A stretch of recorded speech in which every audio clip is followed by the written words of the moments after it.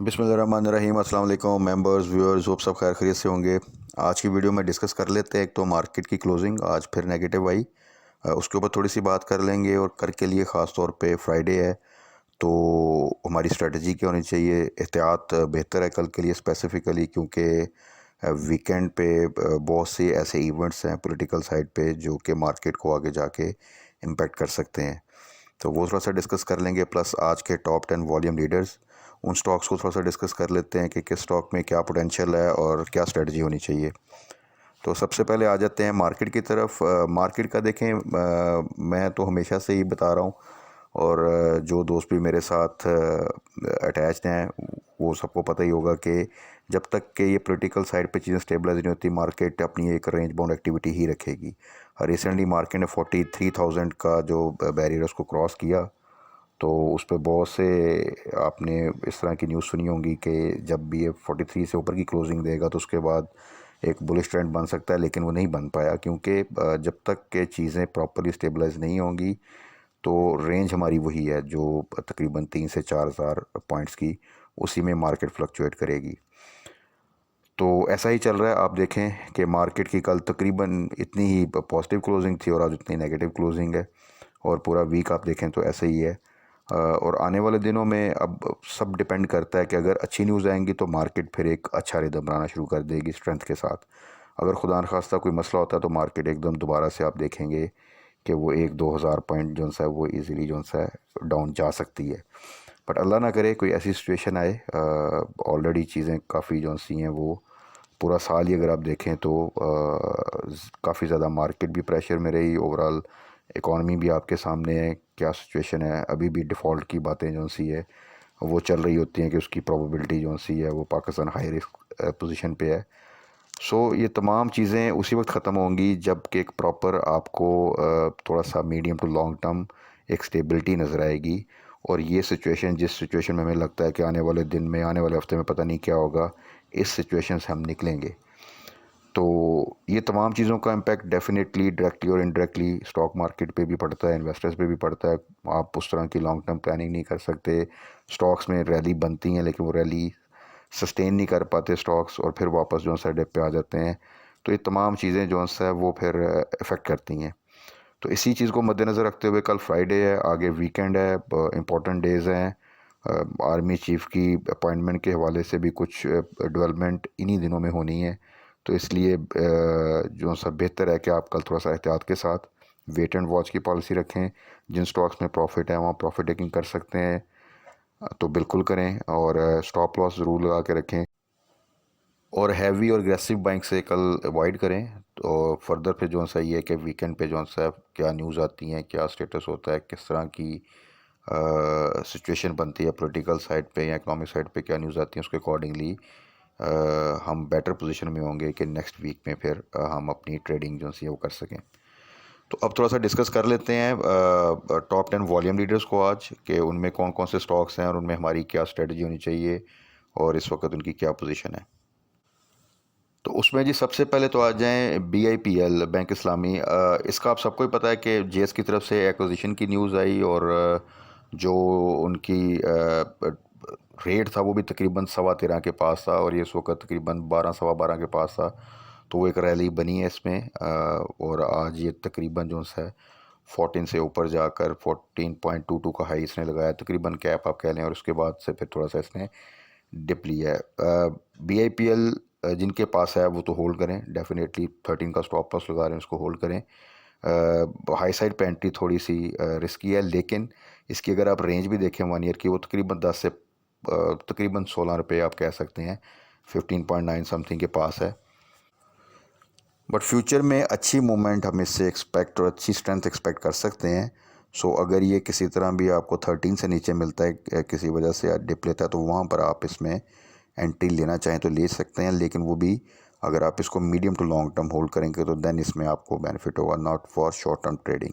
Short term trading के लिए जिन दोस्तों ने लिया था इसको पहले 12 से नीचे, वो ऑलरेडी प्रॉफिट में है, वो वहाँ पे 13 का स्टॉप लॉस लगा के होल्ड करें, या 14 से ऊपर जाए तो प्रॉफिट टेकिंग कर सकते हैं।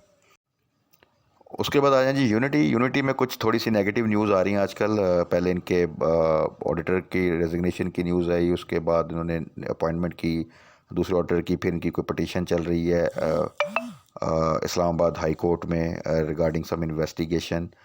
तो उस लिहाज से देखें तो इसमें जो सा है वो थोड़ा सा प्रेशर आया हुआ है यूनिटी में। और कुछ अर्सा पहले यूनिटी अगर आप देखें तो ट्रेड कर रहा था तकरीबन 24-23 के आसपास। तो उस लिहाज से देखें तो जिन दोस्तों ने तो वहाँ पे स्टॉप लॉस लगाया हुआ था, और स्टॉप लॉस इसीलिए इम्पोर्टेंट होता है कि जब भी आप कोई स्टॉक लें और वो प्रॉफिट में हो या आपकी बाइंग प्राइस से ऊपर जाए, तो आप स्टॉप लॉस के साथ अगर उसको होल्ड करें तो फिर इस तरह की सिचुएशन में आपका एक अच्छे लेवल पे एग्जिट हो जाता है। तो जिनके पास अब होल्डिंग है हाई साइड पे, वो थोड़ा सा होल्ड करें और वेट करें कि इसको बॉटम आउट हो, वहाँ से आप एवरेज कर सकते हैं। नई बाइंग के लिए अभी थोड़ा सा इसमें अवॉइड करें, चीज़ें जो सी थोड़ी सी क्लियर होने दें, थोड़ा सा स्टेबल होने दें, तो उसके बाद इसमें एंट्री ली जा सकती है। क्योंकि ये जब बाउंस बैक भी करता है तो फिर अच्छे तरीके से एक पॉजिटिव मूवमेंट देता है, और फ्यूचर में भी ये इस तरह बिल्कुल पोटेंशियल है इसमें कि दे सकता है, लेकिन अभी के लिए फ़िलहाल आप वेट करें। उसके बाद आ जाएं जी टैली। टैली को हम डिस्कस करते रहते हैं साथ साथ। अगेन वही बात कि जब भी ये बिलो 11 इवन जो सी ये सारी बाइंग रेंज है, बट 10 से नीचे जब जाए तो वो और ज़्यादा बेहतर प्राइस है। तो वहाँ पे पैनिक में आने की बजाय और ज़्यादा बेहतर तरीके से आप उसको बाय कर सकते हैं विद पीस ऑफ माइंड, या एवरेज कर सकते हैं। तो वहाँ से बाउंस बैक करना इसका जो सा है वो उसकी प्रॉबिलिटी बहुत ज़्यादा है। और बाकी ये है कि जैसे ही मार्केट थोड़ा सा बेहतर होगी तो इसमें आप जो सा है एक अच्छी मूवमेंट एक्सपेक्ट कर सकते हैं। सो बिलो 10 या 11 से नीचे की जो प्राइस है उसमें आप इसको बाय कर सकते हैं। और इसके आई थिंक जो बोनस हैं वो भी आई थिंक के जो है वो क्रेडिट हो चुके हैं। तो उस लिहाज से आने वाले दिनों में फ़र्दर इसमें आप एक अच्छी मूवमेंट देख सकते हैं।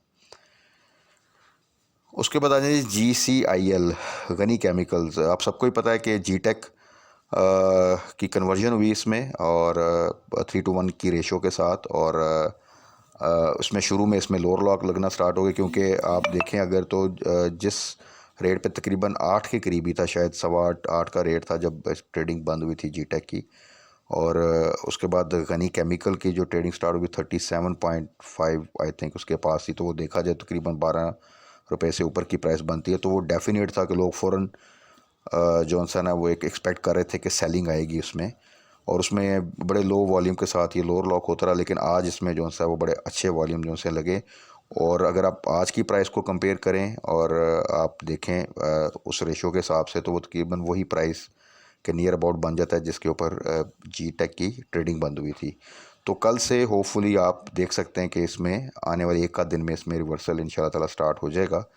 और वहाँ से अगर ये बॉटम आउट हो के अगर थोड़ा सा पॉजिटिव मूवमेंट शुक्र है तो वहाँ पर आप इसमें एंट्री ले सकते हैं।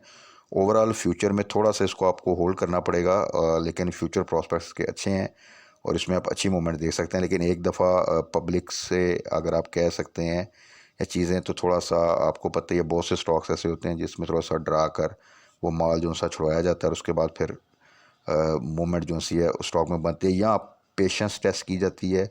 और जो लोग पेशेंस के साथ होल्ड करते हैं वो अल्टीमेटली बेनिफिट में रहते हैं, क्योंकि बहुत से स्टॉक्स आपने रिसेंटली देखे होंगे जिनमें TRG के एक वाज़ेह एग्जांपल है। अगर आप देखें तो वो काफ़ी महीने जो है वो 85 to 75 के दरमियान मूव करता रहा, और यही बातें होती रही कि उसमें गेम ख़त्म है, उसके बाद उसमें एकदम मोमेंट बनी और फिर आपके सामने है। इस तरह और बहुत सी एग्जांपल्स हैं जिनमें स्टॉक्स में ऐसे ही प्ले होता है। तो गनी केमिकल भी इसी तरह ही है कि थोड़ा सा आपको मीडियम टर्म के लिए इसको टारगेट करना पड़ेगा, तो इसमें एक अच्छा गेन मिल सकता है।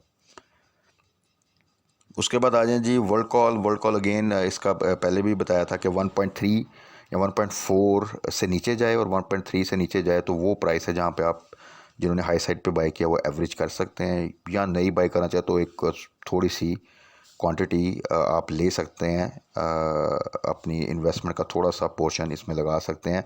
वैसे तो ओवरऑल पेनी स्टॉक्स जो से होते हैं उनको अवॉइड करना ही ज़्यादा बेहतर है, बट अगर किसी ने पहले बाई किया हुआ है उसने एवरेज करना है तो वो एक एवरेज कर सकता है, ताकि उसकी जो हाई साइड पे बाइंग हुई है वो एवरेज बेहतर हो जाए।